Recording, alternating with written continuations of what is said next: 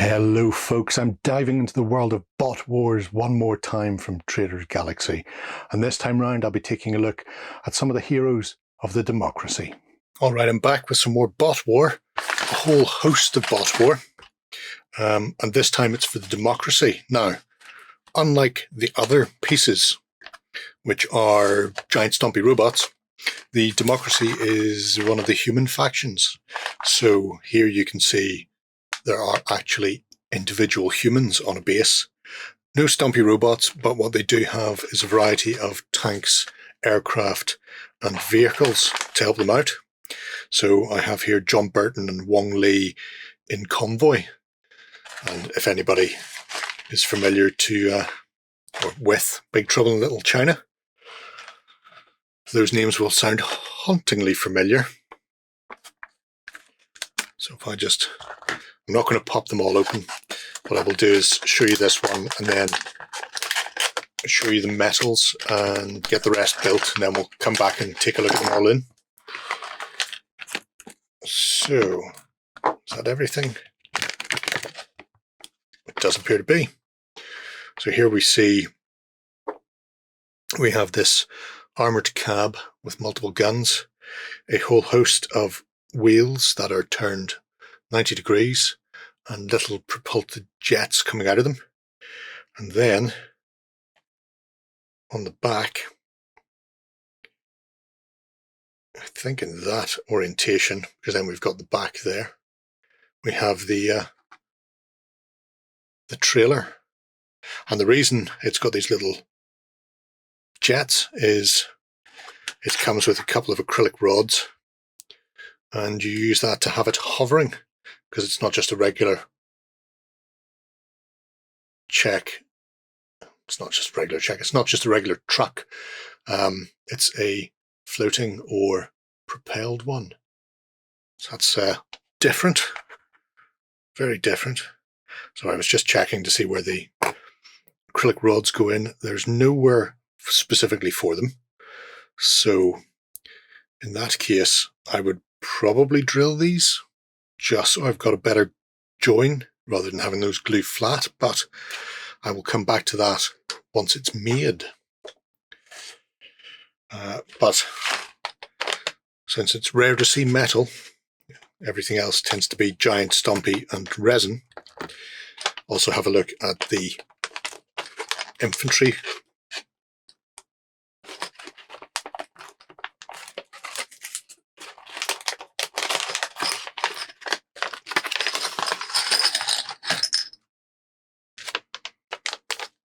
Everything out. We have a set of bases, and then we have two sprues. Come in a little bit. So they're white metal cast. We have same sprue duplicated twice.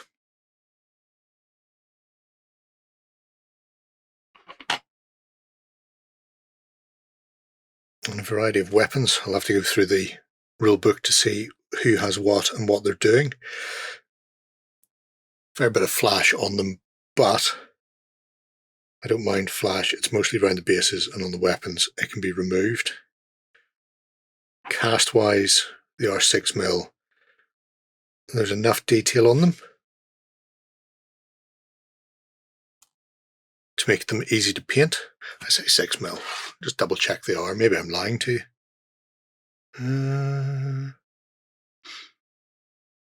Oh well. Closer to 8mm. What can I say? Heroic 6mm. Now, there's a slight mismold on this one, who's missing his gun. However, on a figure that small, I can live with that. She is also missing a gun, so these two just missed out on having all of their things in there. That's a terrible shame. I'll have to see if I can repair those in some way. If I did have any major issues, I'd just contact Traders Galaxy. If you get something and it's a little bit off, that's not going to change anything gameplay wise, and at this scale, the chances of people actually noticing are slim. However, it is there. But what can you do? So apart from that, I have a host of additional tanks, trucks, 4x4s and all sorts. But let's get them cleaned up and we'll be right back with them all assembled. All right, I'm back with the Democracy for Bot Wars, all assembled. Assembly didn't really take particularly long with most of them, let's face it. But we have 2 tanks right off the bat from the Forces of Democracy, so some of Mr. Starr's Eagle veterans. We have Defiance and Defender.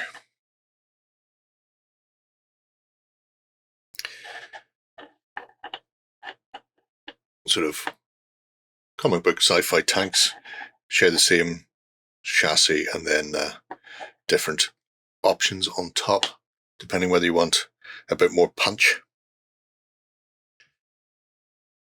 Really nice crisp casts. I don't think there was any cleanup really to do on these.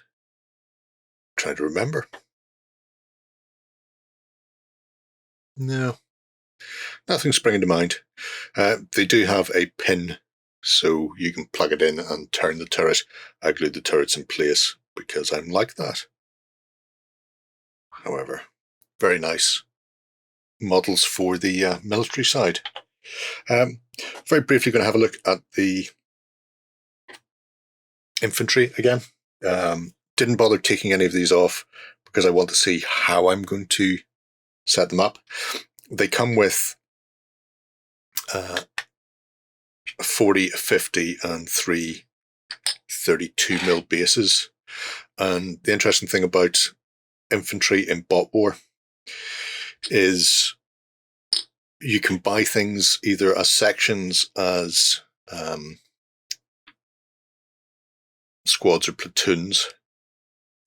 And when you buy them as a section, you would use your smaller base and mount 3 miniatures on it. And when you're buying them as a squad, you would put 5 to 6 miniatures on a larger base. And then if you're having a platoon, you would put sort of 8 to 10 miniatures on the largest. So there are a host of infantry types available, from ninjas to reds specialists, or the rangers, or the green berets. So you have options. Also, when you actually buy them, because they expect some miscasts because they are small figures. So for example, this lad missing his guns that he has here. So when you buy a blister of the metals, you'll actually get, I think, 50% more than you order. So if you should be getting 30 in a pack, you'll get 40, 45 in a pack to account for any miscasts.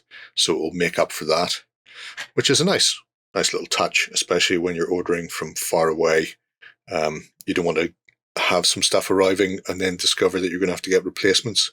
So they've sort of taken that out of contention by supplying additional. So I'll just have to go through the democracy list and see whether I want to run sections or something larger. One of the reasons you may want to run sections is there's a lot of transport capability about.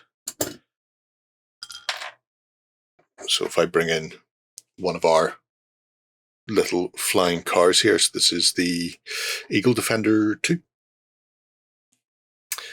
It can actually transport a section, so it can transport a 3-man base. As I said, I just drilled a little hole in the bottom just so I've got something to attach them to. They're not going to go on these until they're painted, and then they'll get based as well. But as we've seen already, very nice miniatures. You can even see the pilot in there, or the driver, depending. A few of the flyers are capable of taking passengers, but not all of them. We have another.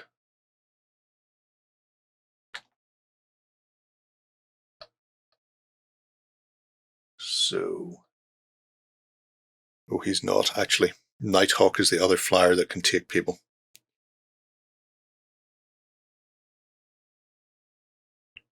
But again, nice little flying cars, very reminiscent of 80s morning television. Again, all well detailed.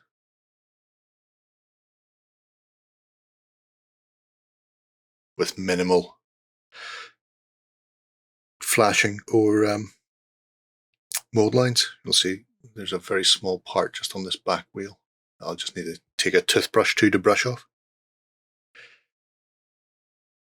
Having a look at my big friend, the Pork Chop Express. This was very easy to put together. It was just the cab section having the trailer attached to it. I did manage to break one of the guns at the back by being clumsy and holding that and pressing in at one point because I was dropping the thing on the floor. So don't be clumsy and you should be fine. I love all of these jet turbines to keep it up.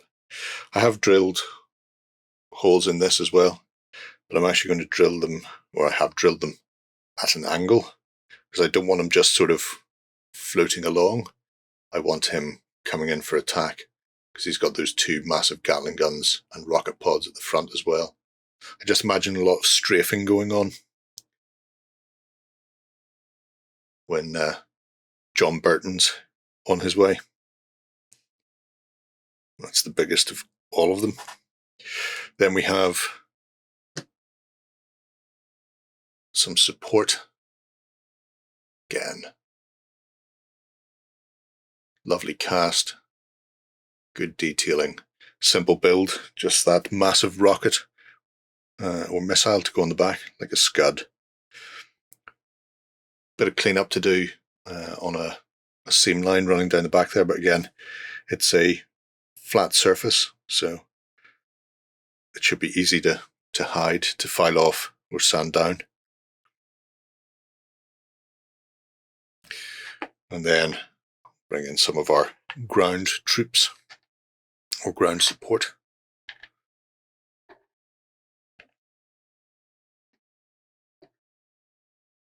Again, simple builds, nice elegant look and crisp casting. The only one I had a difficulty with is this little gentleman at the back with his radar dish.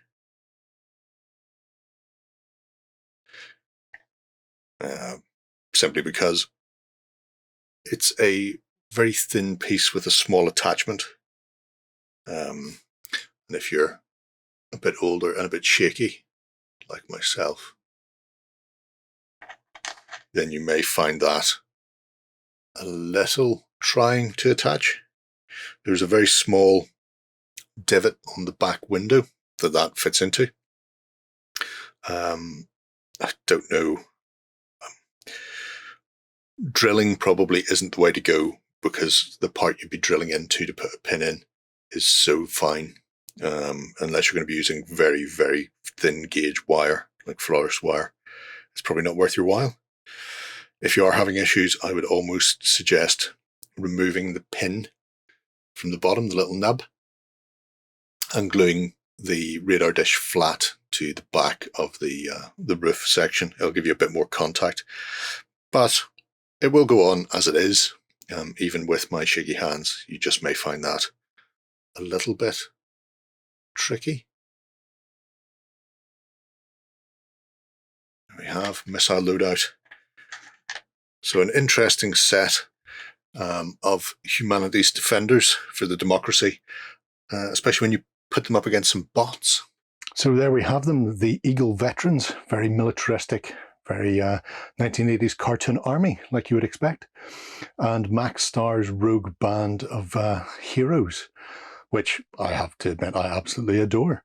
So, interesting force, especially when most of what you see for bot war are the large bots. Actually having the smaller sort of 6 to 8mm figures, their cars, their vehicles, has a very different look and feel, and I imagine plays very differently as well, which hopefully I'll be able to find out in the not too distant future. If you're a fan of the democracy, drop it below, and if you're not, if you want to stamp on their heads with some sort of massive coils or deceiver bot, then let us know what your favourite is as well. Until next time, folks, bye-bye. Go ahead and check out our other content on screen now. And while you're at it, why not hit subscribe and remember to ding our dong. Go on, you know you want to click it. Go on.